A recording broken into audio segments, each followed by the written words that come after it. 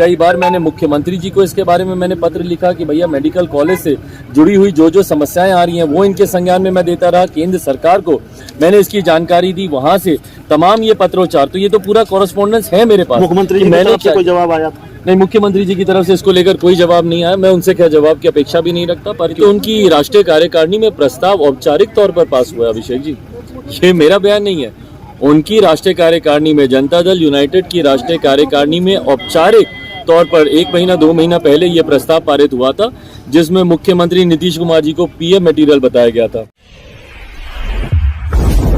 नमस्कार, आज Jamui medical college का शिलान्यास हुआ है और शिलान्यास के मौके पर हम भी जमुई में हैं और लोक जनशक्ति पार्टी रामविलास के राष्ट्रीय अध्यक्ष चिराग पासवान भी जमुई में हैं, बिहार सरकार के मंत्री सुमित कुमार सिंह और दूसरे लोग भी जमुई में थे। हमारे साथ चिराग जी खुद मौजूद हैं, इनसे हम बातचीत करेंगे। चिराग जी, शायद आप थोड़े नाराज भी हैं आज के कार्यक्रम को लेकर। नहीं अभिषेक जी, मैं नाराज नहीं हूँ, पर हाँ, जनता का एक आक्रोश जरूर है, जनता की नाराजगी जरूर है, जिसको मैंने आपके माध्यम से मैं सरकार तक मैं पहुंचाना चाहता हूं, क्योंकि मुख्यमंत्री नीतीश कुमार जी वैसे तो आते नहीं, आज भी वीडियो कॉन्फ्रेंसिंग से ही कर रहे हैं, तो मैं उन तक मैं पहुंचाना चाहता हूं कि ये गलत है कि एक केंद्र सरकार की परियोजना और उसमें आपने हमारे प्रधानमंत्री आदरणीय नरेंद्र मोदी जी की एक तस्वीर तक लगाना आपने ज़रूरी नहीं समझा, केंद्र सरकार के किसी प्रतिनिधि को आपने बुलाना ज़रूरी नहीं समझा। और तो और हद तो इस बात की है, क्योंकि मेरी बातचीत हुई थी केंद्रीय स्वास्थ्य विभाग में और वहाँ पर उनको इस शिलान्यास की जानकारी तक नहीं है। तो जब केंद्र सरकार की योजना है, सारी अधिकांश राशि केंद्र सरकार द्वारा आवंटित की जा रही है और यहाँ पर आप ऐसे दिखा रहे हैं जैसे बिहार सरकार की कोई योजना है। मतलब ये तो वो कहावत हो गई ना कि भैया माल महाराज का मिर्जा खेले होली। आप ऐसे दिखा रहे हैं कि जैसे सब आपने किया हुआ है, बाकी तमाम बिहार सरकार की योजनाओं के साथ आपने जमुई की इतनी बड़ी मेडिकल कॉलेज और हॉस्पिटल की योजना को भी आपने साथ में इसमें आपने लगा दिया, बिना केंद्र सरकार के किसी प्रतिनिधि को बुलाए हुए, बिना प्रधानमंत्री जी का नाम लिए हुए, बिना उनकी तस्वीर यहाँ पे लगाए हुए। तो इस बात से जनता की नाराज़गी है और हाँ, मेरी और नाराज़गी है कि भैया मेरा जिला है, मेरा क्षेत्र है, क्यों मुख्यमंत्री वीडियो कॉन्फ्रेंसिंग से कर रहे हैं? भैया बिहार में है, आप क्यों नहीं आए यहाँ पर? इससे पहले मुझे बताइए कि जमुई जिले में कौन सी इससे बड़ी परियोजना आई है, कौन सी इतनी बड़ी योजना इससे पहले आई है? इतनी बड़ी योजना के लिए भी आप बिहार में, आप अपने ही जिले में आप आना ज़रूरी नहीं समझते, जिसके आप मुख्यमंत्री हैं जिस प्रदेश के। तो जमुई वासियों को के साथ जिस तरीके से मुख्यमंत्री नीतीश कुमार भेदभाव कर रहे हैं, इस बात की नाराजगी है मुझे, क्योंकि मैं जमुई का मैं प्रतिनिधित्व करता हूं। मुख्यमंत्री जी को स्वयं आना चाहिए था यहाँ पर, केंद्रीय प्रतिनिधि मंडल के साथ यहाँ पर आना चाहिए था और यहाँ पर आते तो पता चलता कि हर बार दिशा की बैठक में जो मैं प्रश्न उठाता हूँ कि भैया यहाँ के आप प्राथमिक स्वास्थ्य केंद्रों के हालात देख लीजिए, डॉक्टर्स नहीं होते हैं वहाँ पे उपकरण नहीं है चिकित्सा वाले। तो जिस बदहाली में यहाँ के स्वास्थ्य केंद्र है भैया, स्वास्थ्य व्यवस्था आपके अंतर्गत आती है, तो ये इसकी जिम्मेदारी आपकी बनती है। तो उसके लिए मुख्यमंत्री नीतीश कुमार आएंगे तब उनको पता चलेगा ना। तो जमुई वासियों का आक्रोश है और मैं उनका प्रतिनिधित्व करता हूं, तो यकीनन मेरे माध्यम से ही वो आक्रोश निकले। आप ये कह रहे हैं कि ये जो जमुई मेडिकल कॉलेज का शिलान्यास हुआ है उसका श्रेय प्रधानमंत्री जी को भी जाना चाहिए था, लेकिन श्रेय राज्य सरकार ले रही है, राज्य सरकार के मंत्री ले रहे हैं।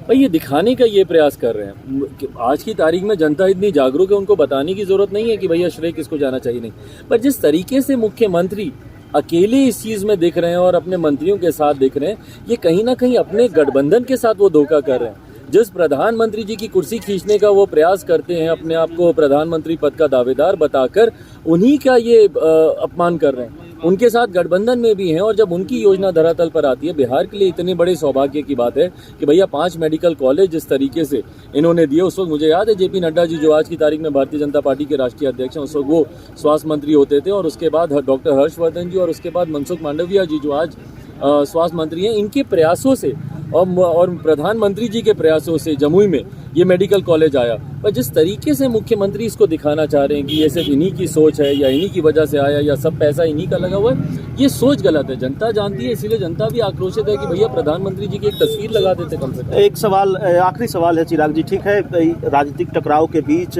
और ये जो कुछ भी हो रहा है उसके बीच ये तो तथ्य है कि जमुई को आज मेडिकल कॉलेज का तोहफा मिला है, बनने में देर लगेगा, लेकिन जमुई के लिए, आपके संसदीय क्षेत्र के लिए अच्छी बात है।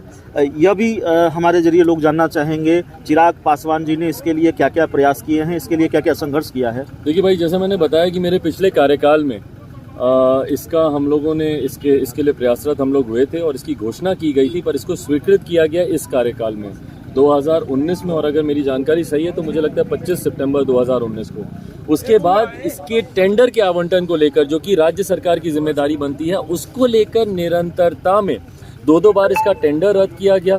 तीसरी बार जाकर इसका ये कोर्ट में मैटर गया। उसके बाद जाकर ये राज्य सरकार ने, कई बार मैंने मुख्यमंत्री जी को इसके बारे में मैंने पत्र लिखा कि भैया मेडिकल कॉलेज से जुड़ी हुई जो समस्याएं आ रही हैं वो इनके संज्ञान में मैं देता रहा। केंद्र सरकार को मैंने इसकी जानकारी दी, वहां से तमाम ये पत्रोच्चार, तो ये तो पूरा कॉरेस्पॉन्डेंस है मेरे पास। मुख्यमंत्री जी की तरफ से कोई जवाब आया था? नहीं, मुख्यमंत्री जी की तरफ से इसको लेकर कोई जवाब नहीं आया। मैं उनसे क्या जवाब की अपेक्षा भी नहीं रखता, पर क्योंकि एग्जीक्यूटिंग बॉडी बिहार सरकार होती है, इसलिए उनकी जानकारी में देना जरूरी था। आज भाई अभिषेक जी, मुझे दुख इस बात का है कि आज इसका उद्घाटन होना चाहिए था, और अगर इसका उद्घाटन हो गया होता पहले समय रहते तो कोरोना में जितने लोग परेशान हुए हैं, जितने लोगों की मृत्यु हुई है, उनको थोड़ी सुविधा और हो जाती है अगर ये मेडिकल कॉलेज और अस्पताल समय रहते खुल गया होता।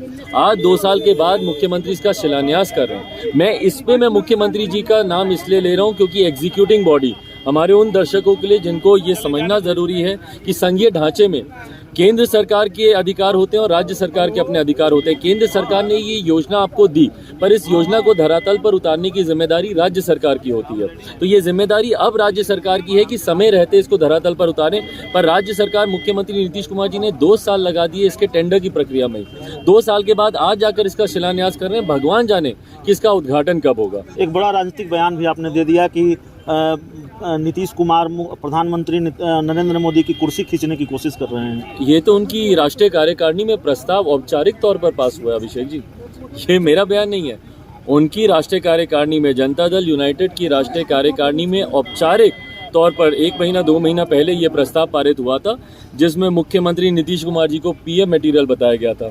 तो ये पीएम मटेरियल किसकी कुर्सी पर नजर लगा? मोदी को क्रेडिट नहीं दिया गया इसका, वो उसी लिहाज से आप उसको देख रहे हैं? भाई बिल्कुल, इस बात का दिखता तो है कि कहीं ना कहीं आप होड़ में हैं, आप अपने आप को प्रधानमंत्री से बड़ा दिखाना चाह रहे हैं। भाई मेरा सिंपल सा बात है कि जिसने इस योजना को लेकर आए उसका नाम कम से कम जरूर सामने आना चाहिए। हमारे प्रधानमंत्री जी की तस्वीर जरूर सामने आनी चाहिए थी, जो नहीं इन्होंने लगा। तो चलिए, चिराग पासवान लोक जनशक्ति पार्टी के राष्ट्रीय अध्यक्ष हमारे साथ थे और हम इनसे बातचीत कर रहे थे। थोड़े नाराज हैं, गुस्से में हैं और मुख्यमंत्री नीतीश कुमार पर निशाना साधने का एक भी मौका वैसे भी चिराग पासवान नहीं छोड़ते।